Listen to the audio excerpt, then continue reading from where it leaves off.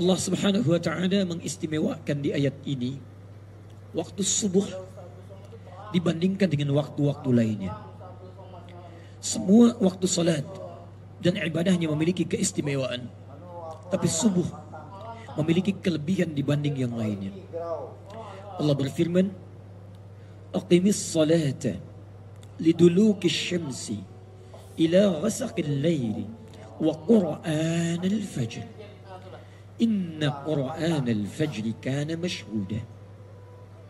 Tunaikan salat dengan sempurna dari mulai tenggelam matahari, dari mulai tergelincir matahari, siang maksudnya, zuhur, asar, ila ghasaqil lail, sampai tiba malam, maghrib, isya. Perhatikan baik-baik. Ketika Allah menyebutkan waktu salat dari mulai zuhur sampai dengan isya, yang disebutkan kalimat salatnya. Tapi ketika menyebutkan waktu yang terakhir, yaitu fajar, Allah tambahkan waw ataf setelahnya. Ataf menggunakan waw. Sifatnya selain memiliki hukum ma'iyah, ikut kepada waktu sebelumnya untuk menunjukkan waktu salat, juga menunjukkan ziyadah. Ada kelebihan di waktu itu, tidak sekedar hanya salatnya. Apa kelebihannya? Perhatikan kalimat Qur'annya. Wa qur'anal fajri. Fajar itu, subuh itu bukan hanya salatnya yang penting, tapi Quran.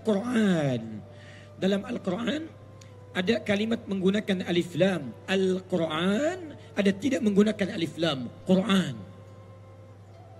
Jika disebutkan menggunakan alif lam Al-Quran, itu maksudnya firman Allah Subhanahu wa taala, kalamullahil munazzal ala khatamil nabiyyin, pada nabi yang terakhir Muhammadin sallallahu alaihi wasallam, min al-Fatihah ila an-Nas, dari surah Al-Fatihah sampai surah An-Nas. Beribadah kita berinteraksi dengannya. Seperti Al-Quran, surah kedua Al-Baqarah ayat 185. Paling kiri di pertengahan. Syahrul Ramadan alladhi unzila fihi al-Quran. Ada alif lamnya. Tapi kalau alif lamnya dibuang menjadi Quran, itu artinya semua jenis bacaan yang dimohonkan pada Allah Subhanahu wa taala. Salat ada bacaannya, Quran. Istighfar ada bacaannya, Quran. Doa ada bacaannya, Quran. Kalimat thayyibah ada bacaannya, Quran. Kelebihan waktu subuh dibandingkan dengan waktu-waktu yang lainnya, bukan hanya salat yang penting, tapi seluruh bacaannya, istighfarnya, doanya, permohonannya, kalimat thayyibahnya. Masya Allah. Inna Qur'an al-fajri kana mashhuda. Seluruhnya dipersaksikan. Kata Nabi, yang menyaksikan bacaan, istighfar, kalimat thayyibah, itu bukan hanya Allah Subhanahu wa ta'ala, tapi inna malaikatal laili wa malaikatan nahari tajtami'u fi salatil fajri. Sungguh seluruh malaikat siang dan seluruh malaikat malam semuanya berkumpul dalam salat fajar. Kalau ada yang berdoa, ia mengaminkan doanya.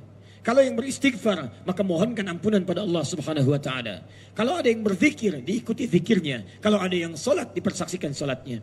Maka beruntunglah antum semua. Di antara sekian hamba Allah yang hidup sekitaran Pontianak ini, antum yang dipilih oleh Allah Subhanahu wa taala menunaikan salat subuh dengan subuh yang disebut subuh akbar ini, dengan bacaan yang insya Allah baik, dengan kalimat-kalimat yang khusyuk, dengan salat yang luar biasa baiknya. Kita bermohon kepada Allah Subhanahu wa taala, semoga bukan hanya salat kita, doa kita diaminkan oleh para malaikat, istighfar kita dimohonkan ampunan dan diampuni dosa-dosa kita oleh Allah Subhanahu wa taala insyaallah.